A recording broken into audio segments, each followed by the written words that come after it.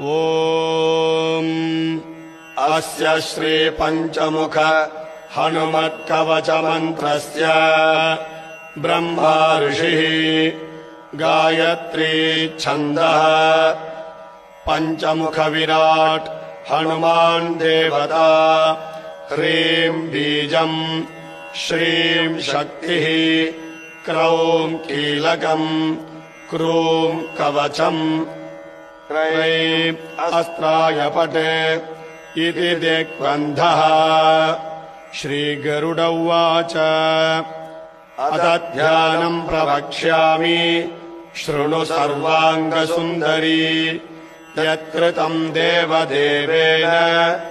ध्यानम् हनुमतः प्रियम् पञ्चवक्त्रम् महाभीमम् त्रिपञ्चनयनैर्युतम् बाहुभिर्दशभिर्युक्तम्